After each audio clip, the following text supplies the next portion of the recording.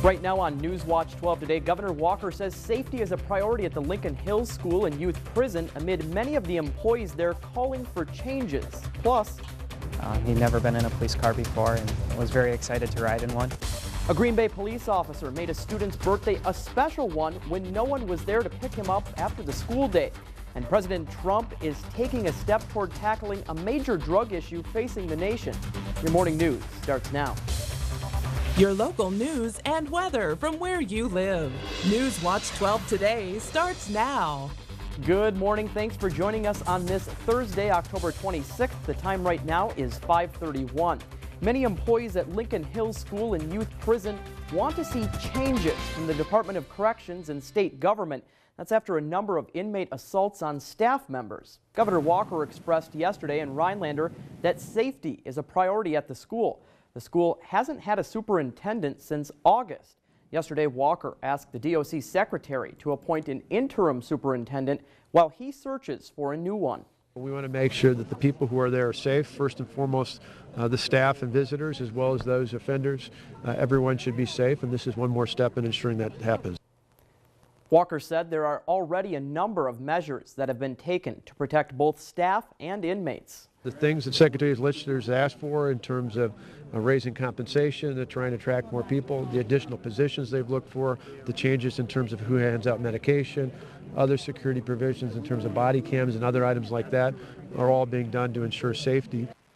Even so, many staff members we have talked to disagree with Governor Walker and the Department of Corrections. They say Lincoln Hills is still a very dangerous work environment, especially after the ACLU injunction this July, which limits the use of pepper spray, handcuffs, and physical restraint. The opioid crisis in the U.S. isn't going away. According to the CDC, in 2015, 62 people died every day from prescription opioids. That number is now estimated to be even higher. John Lawrence reports. President Trump says the U.S. can no longer ignore its opioid crisis, saying it's a national emergency. On Thursday, Mr. Trump is expected to make that declaration official. Once opioids are classified as a national emergency, states and federal agencies will have access to more resources to combat the issue. Right now we see delays from when patients are able to enter treatment, and because we do not have residential treatment in our community or opioid-specific detox. So these are some things that we're diligently working on. The Centers for Disease Control and Prevention reports more than 22,000 people died from prescription opioids in 2015. That was an increase from about 19,000 deaths from the year before. So how did opioids become such a problem? Everyone should have known that these were addictive drugs, but doctors were duped. They were told that there was less than 1% chance of getting addicted as long as you were under a doctor's care. Former Mississippi Attorney General Mike Moore got the biggest corporate settlement in U.S. history from the tobacco industry. Now he's tackling big pharma. It should have been a market maybe $300 or $400 million a year, and they wanted to grow it to a $5 or $6 billion a year. So it's pretty much, money over people's lives. I'm John Lawrence reporting. It's uncommon for the government to declare a public health emergency outside of outbreaks of communicable diseases and in the aftermath of natural disasters. The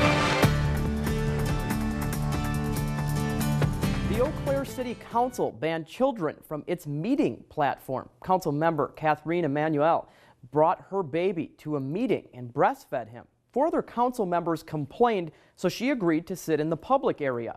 Thousands of petition signatures in support of Emanuel were sent to council members. Emanuel told the council she has the legal right to feed her child during meetings, but a resolution banning children from the council meeting platform was passed on a 7-to-1 vote Tuesday. Women with dense breast tissue would be notified of that, along with the results of their mammogram screenings. A bill in the Wisconsin legislature would make it a requirement. It's more difficult to detect cancerous tumors in women with dense breast tissue. Supporters of the bill say it helps women make more informed decisions about their health care. Ginseng poaching regulations could change thanks to the Foxconn deal. The rules were made more than 40 years ago. Now fines for poaching ginseng are less than what a pound of it is worth today.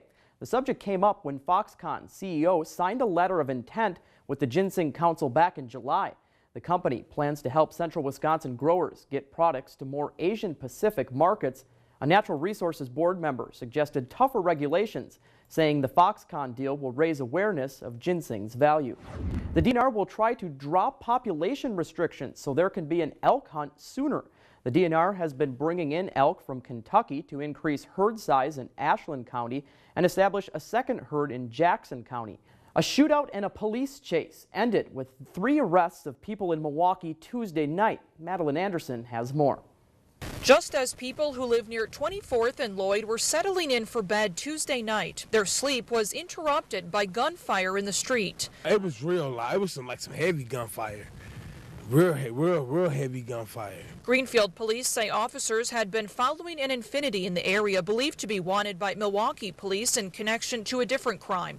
But when the MARC squad attempted to approach, the suspects in the Infiniti began shooting from a few hundred feet away. Our officers had no chance to do anything in this instance. They were ambushed by the suspect vehicle, and before they had a chance to respond at all, the suspects had fled from the scene. Milwaukee police then picked up the pursuit for a short time before the Infiniti crashed along I-43, hitting a guardrail. Officers took a 21-year-old man, an 18-year-old woman, and a 31-year-old woman into custody, stopping what started as a potentially deadly crime spree. I'm very relieved, because anybody could have been out here walking around and been in the crossfires. Now, police say the vehicle did not belong to the suspects. Investigators are looking into whether it was stolen. Officers also recovered a gun in that Infiniti.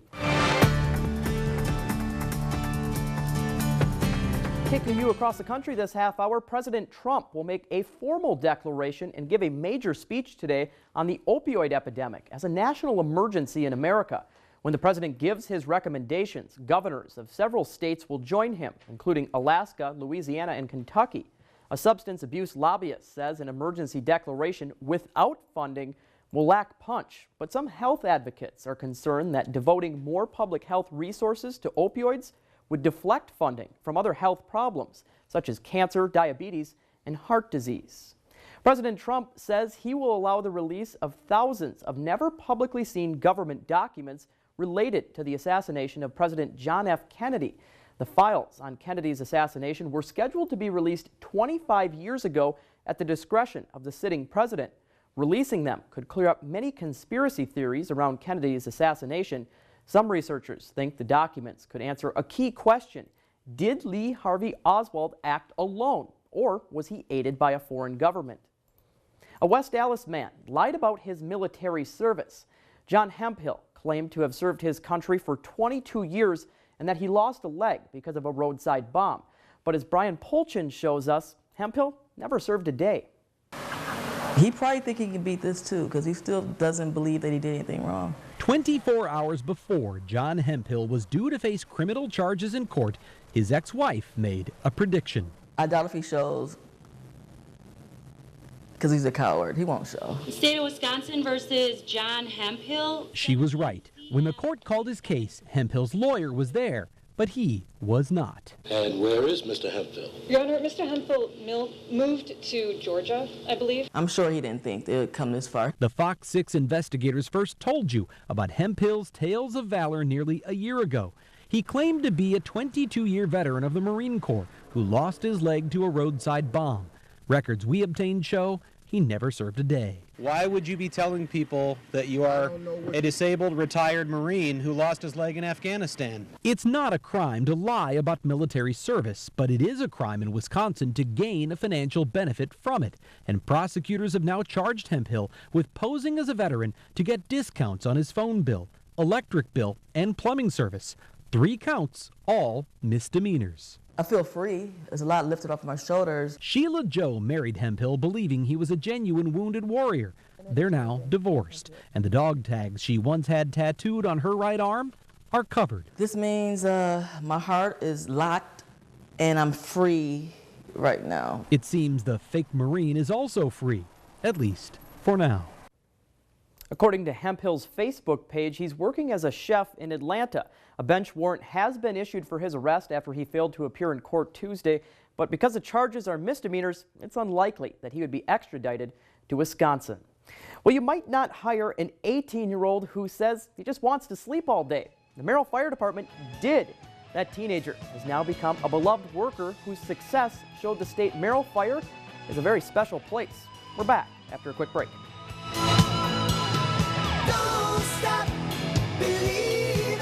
About 40 places in Wisconsin wanted to become the new headquarters of the DNR's Forestry Division.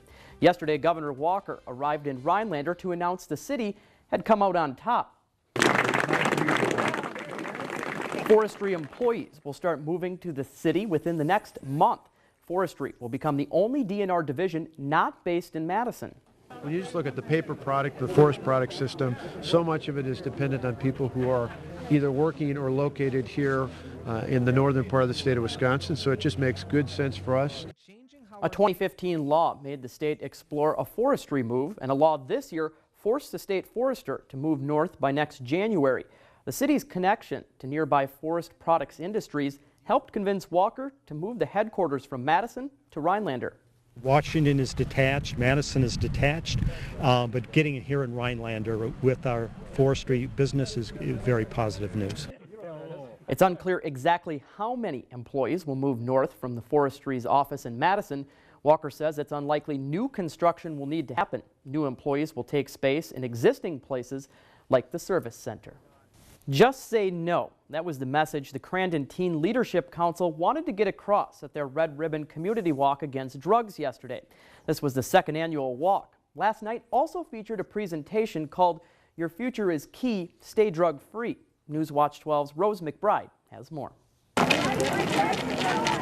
Ava Nilitz and Ellie Yeager know the negative effects drugs can have on a person. It's just not good for your body and your brain and your health. They've been talking about drug awareness all week at Crandon Middle School. They've also had dress-up days. Monday was hat day, so we put a cap on drugs.